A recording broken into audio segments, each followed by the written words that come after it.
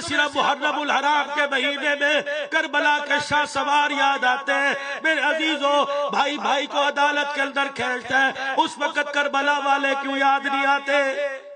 چھوٹا بھائی بڑے پر تویز کرا رہا ہے، اس وقت کربلا والے کیوں یاد نہیں آتے؟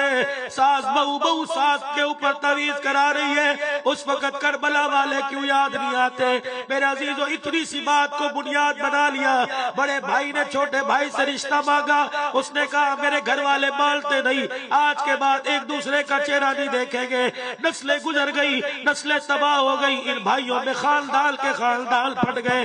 دو بھائی، دو جنت کے شہزادے، حضرت حسن حضرت حسین رضی اللہ عنہ آپس میں ناراض ہو گئے۔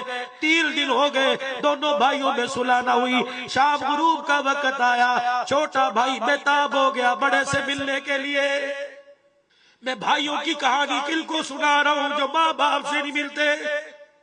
مولوی صاحب دعا فرمائے، امی ناراض ہے، کوئی تو وجہ ہوگی۔ ماں تو رب کی رحمت کا روپ ہے، ماں تو اتنی جلدی ناراض نہیں ہوتی۔ تو نے کوئی ایسا دل دکھایا ہوگا، ایسی کڑوی بات کی ہوگی کہ ماں کے دل کو تو نے توڑ کے رکھ دیا۔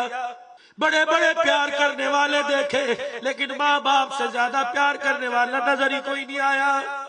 کوئی تو ایسی بات ہوگی کہ تیری بات سے ان کا ایسا دل جلا کہ انگ انگ ٹوٹ گیا، بکھر گیا۔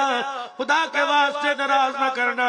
اگر جل کے تھوڑے بہت ناراض ہیں، صبح صبح اتوار کا دن ہے، ناشتہ کرنے سے پہلے معافی مانگ لینا۔ خدا پاک کی قسم، موت آ گئی قبر تو نصیب ہوگی، میدان محشر میں اللہ کے سامنے کھڑا ہونا بھی نصیب نہیں ہوگا۔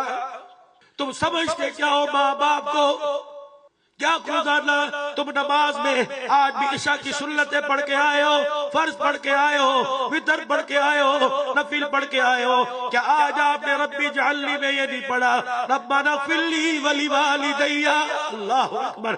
فرمایا قیام میرے لیے، رکوع میرے لیے، تلاوت میرے لیے، سجدہ میرے لیے، التحیات میرے لیے، درود شریف میرے نبی کے لیے۔ لیکن جب دعا کی باری آئی، فرمایا صرف اپنے لیے نہ مانگنا، پہلے ماں باپ کے لیے مانگنا۔